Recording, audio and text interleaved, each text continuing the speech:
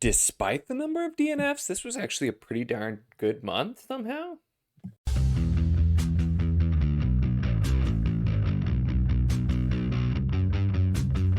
Hello and welcome to my channel. In this video, we're going to be doing my monthly wrap-up, and this might be the record-breaking month for me of all time of DNFs. And part of that is because I was specifically, like I talked about when I did the last wrap-up, talking about the pile of possibilities and some other stuff.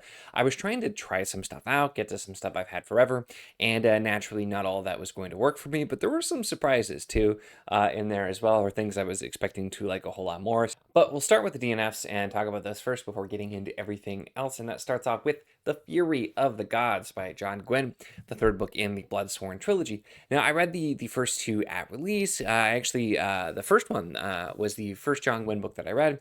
I thought it was pretty good, but then I went back and I really enjoyed Faithful and the Fallen once I finally got through all of that. And I read the second one, and I was not feeling super compelled to pick this one up. I'm pretty sure I still pre-ordered it and had it sitting for quite a long time since it's been out. And I started it. I got in a little bit. We got to see every POV, and I just realized I don't care at all about any of these characters, anything that's going on. Like, I remembered what happened, but the first book I remember liking. The second book I felt like there just wasn't a whole lot that stuck, and I didn't really care. And so I think that was one where it made sense. It had taken me forever to pick it up because I just hadn't been pulled to pick it up, and I ended up just putting it down and going from there. Which that one wasn't all the super unexpected one. But I still, I don't know, I wasn't thinking I was going to end up DNFing. Then the one that I'm really bummed about is Strength of the Few by James Islington. And this one, I feel like the writing was on the wall a little bit because I reread The Will of the Many, and I loved it the first time. I read an e-arc of it pre-release. I was, in before all the hype, and so like people were like, oh no, this seems super hyped, and I'm like, no, it really is good. And I think part of it is I had really low expectations when I read that book because so much of the way it was described sounded like it was not going to be for me. And then I went and read it. I'm like, oh, this is actually really good. It was a step up writing wise. And rereading it, it was still good, but it definitely didn't get up to great. And a lot of the things that were there that were more basic were more apparent when I already knew the twists and the extra things. And book two, I found myself, I tried multiple times to get further into it, and I just did not care. I found the mechanic that's being used, the POV structure, I don't really care for, and it just made it so that I didn't care about any of the POVs that we were having happen, let alone just one. And so I felt like it was going to really need to step up to get me pulled in, and it didn't do that. And so I ended up putting this down and getting rid of the first book too. Unfortunately, it's just not going to be one that's for me. I talked a bit about that too in another video and in a short I did, and it's just, yeah, I'm sad because that was one of my most anticipated books, but then after getting into it, it didn't work out, and that happens sometimes. One I also was really looking forward to, Book of the Damned by Tanith Lee, and this is one this was the Backlist Book Club pick, and it was on there because I really wanted to read more Tanith Lee, and specifically I had a copy of this one, and it immediately started out, and it was very hit or miss for everyone. The writing style is really interesting. This is very gothic horror type of stuff.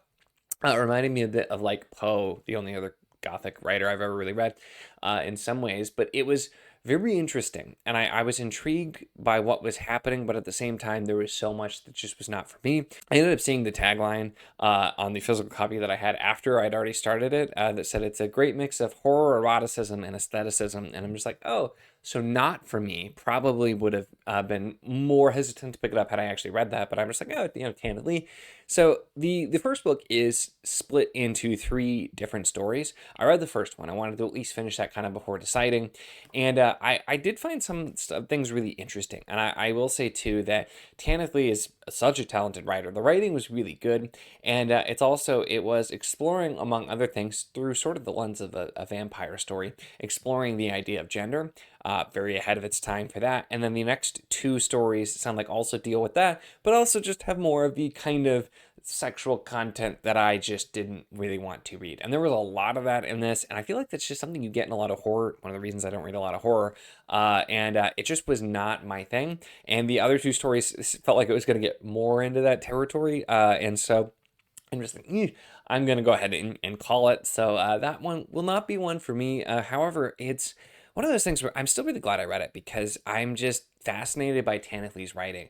And I've heard from Joanna some of Tanithli's other stuff that she's checked out. She doesn't think I'll necessarily like. Probably gonna try anyway, just because I'm so intrigued by Tanithli's writing. So even though a lot of her stuff may not end up being for me, I've had a fun time exploring it, and I'll continue to do so. Then we have the Starless Crown by James Rollins, and this one I actually. And this was a random pick from a video, but I had sampled it and I was very intrigued from the prologue. The prologue was like dark, and the writing seemed kind of stylistic, and it seemed like it was going to be very interesting. And then I start chapter 1 of the book, and no, this is just extremely trope-filled YA fantasy, masquerading as dark fantasy by trying to be kind of edgy. And the very, very early on, I'm just like, oh, this is not going to be for me. I continued a little bit. I'm like, no, it has really like stuff trying to be edgy, kind of ridiculous stuff, and immediately just the tropes it was using, as well as just like there's literally the extreme bullying getting into the sexual variety as well. It's just immediately right out of the gate. And I'm just like, nope, not doing this. Nothing about it at all pulled me in, worked for me, and it was a very, very quick DNF for me on that one. Unfortunately, because I had been intrigued by the little bit I've heard about it, but that was a very quick no, at least for that one. And then while similar and completely different, we have The Bard's Blade by Brian D. Anderson. And this one is very, kind of basic tropey fantasy, but in a much more like classic fantasy style in a lot of ways. And this one I liked just fine, but I got a nice chunk in, and I just didn't. I was kind of unfazed. This was going to be a 3-star book had I finished this, where it's fine. It's not great. It didn't pull me in super, but it's a 3-star book. That's what this was going to be. And so I asked somebody I knew who had read it and really enjoyed it. I'm like, hey, if I'm not really pulled in at this point, should I continue? And he's like, why are you even reading this? This is not your thing. This is my thing. And I'm like, well, it sounded fun, and he told me to just go ahead and DNF, and so I did. So again, I think if you're okay, it's been something for me. And this was something similar with some of the other stuff that DNFing here, and the next one we'll talk about too. I feel like I have a lot less patience for the more kind of basic prototypical fantasy. I want something different, and so a lot of the stuff like this and the next one. It's just not been working as well for me, which is The Ember Blade by Chris Wooding. I feel like I probably would have loved this book if I would have read it 5 years ago. Now, funnily enough, Andrew's been trying to get me to read this for probably about that long. It's been on my TBR for so long, and it's well done for the most part. I had some complaints, but it's well done, classic style fantasy, but it's very, very trope filled. It's very, basic. A lot of the stuff it's doing is very kind of entry level, but it's done really well. It's not like some that I've read where it just feels like straight ripping things off, but it was very simplistic. And then it started to do some things that really irritated me, where we were just breezing past certain things and being like, oh, and then the character just figured it out. All the clues had been there the whole time, and it quite legitimately did that at least twice in what I got to. And granted, this is a very long book, so while I got maybe 20 or 30% in, that's quite a lot. And it's just when we're doing things like that, we're spending a lot of time talking about other things or random information, stuff like this, and yet we're breezing over important bits, and you have like an 800-page book. Not a good sign. And so I ended up calling it because some elements were starting to annoy me. And this is, again, probably would have ended up being a 3-star book. I don't think it would have been enough to go to like a 2 for me, because for the most part, it was well written. There were just some things that irritated me. But again, I don't feel like the book needed to be this long, just based on the parts that I read. And I think that's something you see a lot too, where people want to write that classic fantasy chonker, but they're not doing enough to justify the length. And I see that a lot in fantasy because you want the long books. I've been a fan of the long books myself. I will totally admit. Maybe I need to do a video talking about how long is too long, or when is a long book okay, because I do have a lot of thoughts about that, but that's not really here. So those are all of our DNFs. And I'm going to talk about the other ones. I don't have a physical book to hold up. We'll just talk about those next so that I can kind of get through here with those, and then we'll switch over. But I did read The Truth of the Aliki. This is by Moses Osei Utomi, and this is the second book in the Forever Desert. And I'm actually reading The Memory of the Ogisi right now, which is the third and final book. And it's supposed to be super interesting with what this does, but this has been an interesting time. The second book changed tonally from the first book, The Lies of the Ajungo, even though it's kind of, that was sort of dark, but more of a fable. This is a little bit different, and it's still, though, it's exploring the nature of legends and what can be set into societies over time.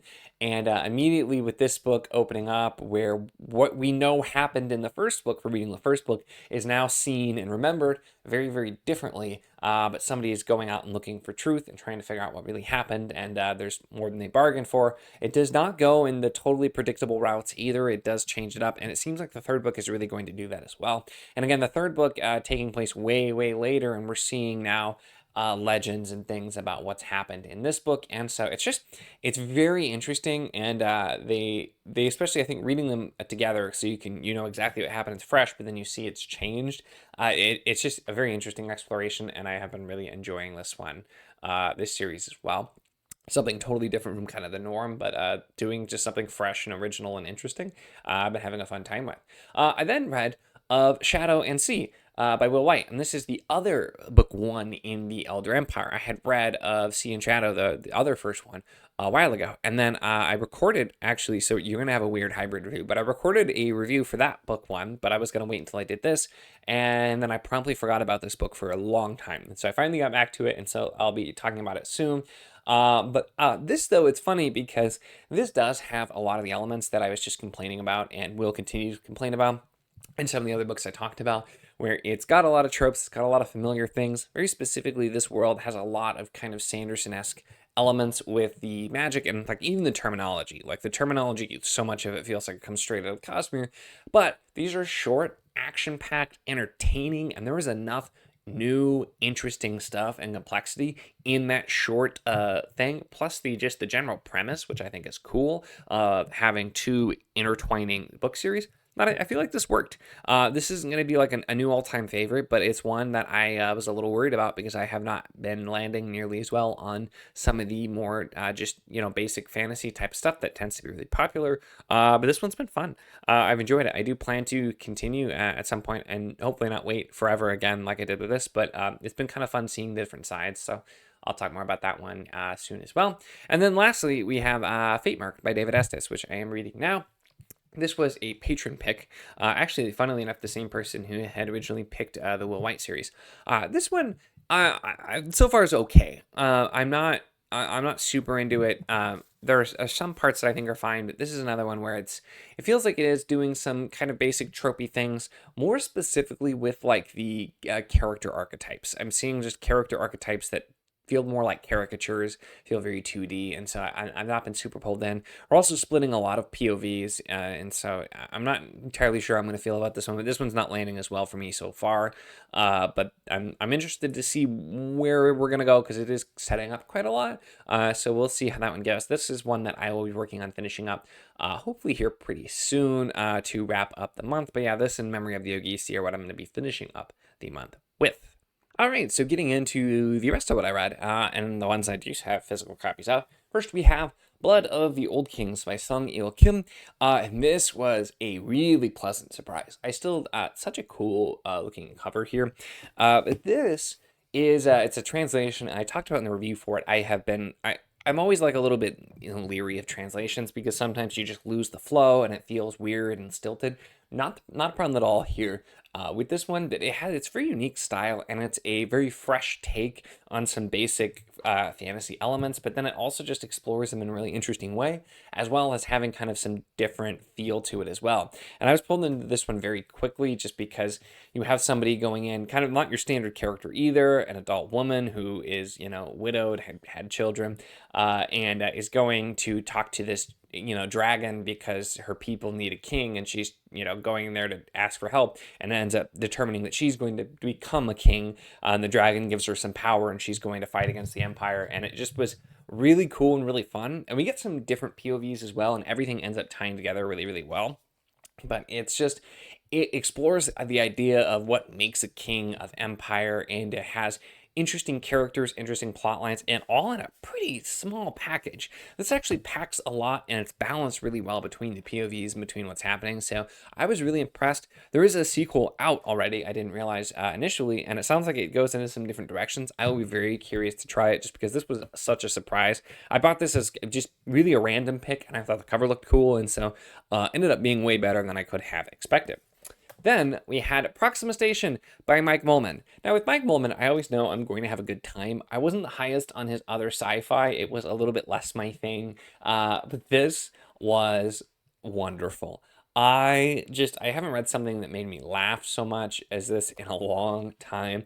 It's just an absolute blast. The plot being that a PhD student for anthropology is getting ready to do his thesis defense, and it's kind of rushed along because he's being recruited for some top secret military mission that involves several races of aliens that have contacted Earth, and they're now determining if Earth is going to get to join their group, intelligent species or not. And because of his background and some family connections, he's been chosen. So now he's whisked away and is going to have to try and meet these aliens and understand them and get information. And it's very like sort of like Hitchhiker's Guide style of humor, for sure, with a bit of some other thing, sci-fi elements. But it's absolutely fun. The humor landed so well. It was so short. I read this almost in one sitting, and if I had known I was going to end up reading it that quickly, I probably could have. I just didn't have time to finish it. So much fun. You like fun sci-fi, can't recommend it enough. It was a blast, and I cannot wait to continue in that series as well. Although I do still want my next Brittani book, Mike. So can't forget about that. And then we have another one that was kind of a surprise, Happy Hour in Hell, Book 2 and Bobby Dollar by Tad Williams. And I had been very mixed on the first book. It's I don't even want to say quite urban fantasy, but I mean, I guess technically that's kind of where you would slot it, is urban fantasy, but very kind of sort of like noir-y type feel, just really different stuff, and also way more like horniness than I ever wanted to read in Tad Williams as well. And so the first book I was pretty mixed on, but I really wanted to continue this, and I felt like there was still enough good stuff there, because again, it's Tad Williams. It's not like it's going to be all bad. And so I finally got to this one, and it still had all of the things that I was not a huge fan of, and way more horniness than I like to read. But there was also just a lot of depth and complexity to what was being happened, and the sort of exploration of when we have this character going to literal hell, the things that they're going through, the discussions that it's having, that's really bringing up things that started in the first book.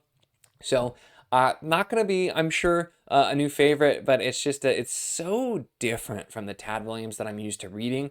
And despite having a lot of elements that I don't like in my books, it's also just got some really, really well done stuff as well. So I still think very much worth a read. I will be continuing hopefully fairly soon, but I had needed to get to that for a while, so I was glad that I finally did. And then one that came from the pile of possibilities and that ended up being way more of a winner than I expected too, is I continued the Vlad Tolstoy books with the third one, which was Tekla. And I had read the first two a while ago, and I liked them, but they're so weird. And this series is one that I recommend just trying and maybe giving it a couple of tries, because they are odd. They don't happen in like chronological order, so you can technically pick them up kind of anywhere. Publication order, I think, just makes the most sense for me.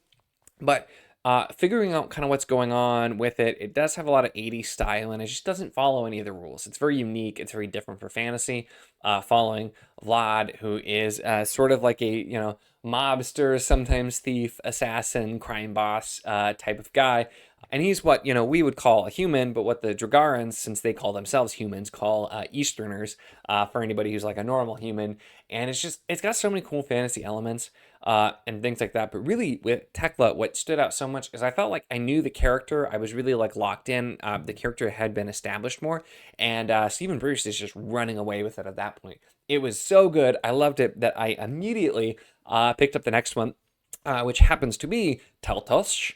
From this one. This also includes another story too, and I haven't done the next one yet, but I'm probably going to soon, because honestly, I felt like throwing out everything, and I didn't really have a TBR. I was doing pile of possibilities, so I kind of felt like throwing everything out and doing this, but I had other stuff that I was excited to read too. But I had a really fun time. and that one was also really good. And it's just man. I did not expect to get pulled in as much as the series, but the third book really did, and I'm glad that I have the first three bind-ups, and actually there's a new one which I've just recently ordered, and I don't have quite yet too. So I will definitely be continuing with this series, and I think it's still going is the thing too. So there's a lot of them, and they've gotten this good as the third published one. I feel like that bodes really well. So I'm excited, and also I have the first book in the Craven or Craven something romances, which is in the same world but like thousands of years prior, and it's supposed to be more sort of like Three Musketeers style. So I'm super excited to read that one too, and I might have to do that one here soon as well because it was a whole lot of fun. So then we have otherwise too. I just finished actually Barrier by Los Master Bujold, which is the second book in chronological order, which is the way that it sounds like is best to read the Vorkosigan books. And again, I really enjoyed Shards of Honor. I thought Shards of Honor was really good. It had a lot of different elements that came together and worked really well. But Barrier, man, the character is already established, and Cordelia, I could read a whole series with Cordelia as the main POV. And I know that this is Vorkosigan is mostly Miles Vorkosigan that we're going to be following, but there's so many things. I probably will do a video talking about this this book as well, just because there's so many things this does that are different and that it does really well. And it's just this character and everything that they go through and the way they are written is just phenomenal. And everybody who told me when I was reading the fantasy that I really needed to check out Vorkosigan, I totally get why now. I have only read these first two, and I'm already so sold on this series. And I have liked Bujold's fantasy, but this is quite different, and it is working even better for me, to be honest. I'm loving the writing here, so I've been really excited to continue and having a really good time. Then working out probably a little bit less well for me, but one that I randomly picked up was Doriani Rising by Catherine Kurtz. And this is the first book in the quite long overall Doriani series. And this is everything that I've complained about in this video and recently about just super basic tropey fantasy is this. This is very basic. And the whole thing basically is the king is murdered, and some people are trying to like help the heir get prepared to take on his powers of the Doriani powers sort of that he has, but that are not quite Doriani powers. And it's just we're trying to figure out how to get this so that the evil witch can not defeat him when she comes to kill him. Really basic. It's also very much, it's pretty clearly doing sort of like druids versus, that time. So like the Arthurian legend, we have the druids versus like the church and that type of thing, with the Doriani being the sorcerer kings of old. And it's not said to be more like nature magic or anything like that, but they have this sorcerer's power that's extremely vague. And they do have like a rhyme battle at the end, so it's unclear how all that works. But it's very simplistic, and it's one of those books too that if you really like think about it, so much of it doesn't make a lot of sense. So not a promising start. I know that there's a lot more in this series, so it's one that I'm not necessarily opposed to trying out, but it's definitely not a priority for me at this point. There you go. I complain a lot about a lot of modern fantasy doing this type of stuff. This is an older book that's doing the same thing, and I think you're going to find that in any era or decade or whatever that you look at. You're going to find some generic stuff. You're going to find some truly good stuff. This is just a bit more generic. Nothing necessarily wrong with that. Very easy reading. I think a lot of people would like this. I understand why a lot of people like this. It's very easy reading, entertaining, but just did not have any of that something extra for me that I want, and so it was a bit disappointing for me, but still a solid book. And then, like I said, Memory of the Ogisi, I am reading the cert book from my library. I've just returned the other two at this point. And I'm not super far into this, but granted, this is also a quite short book because it's a trilogy of novellas. So I should finish this hopefully in the next day or two, and have that done before the month is actually out. I am filming this just a day or two before the month is over, but that and Fate Marked are really what I will be working on finishing up. But there you have it. I feel like this is a really long update, despite the fact that I had a lot of DNFs in here. and got through a lot of books. So I feel like this was successful, really mixed thing, and I really enjoyed the pile of possibilities. I think I'll do a video updating a little bit on that, talking about the ones that I got through and probably adding more to it because I really enjoyed that. I picked some out myself. I was doing random wheel spins on Patreon where my patrons could pick something out of the pile for me to read next, which several of these things came of that route that they were in the pile. And so, but I liked it. There was something about just having a big pile of books to pick from that was nice because I just, like, I never had to be like, what should I read next? Just grab whatever looks good out of that group. So I definitely think I will be doing more of that. But that's it. That's everything that I read in the month of November. So let me know your thoughts on any of these books or otherwise what you have been reading. Would love to hear your thoughts in the comments. Make sure to give the video a like if you enjoyed it. Check the links in the description as always for the Patreon if you want to support what I do, as well as the Wizard of the Enclave Discord if you want to chat books, whether any of these books, other books with you, anything at all. It's a lot of fun and we'd love to have you. And of course, if you enjoy my content, make sure to subscribe.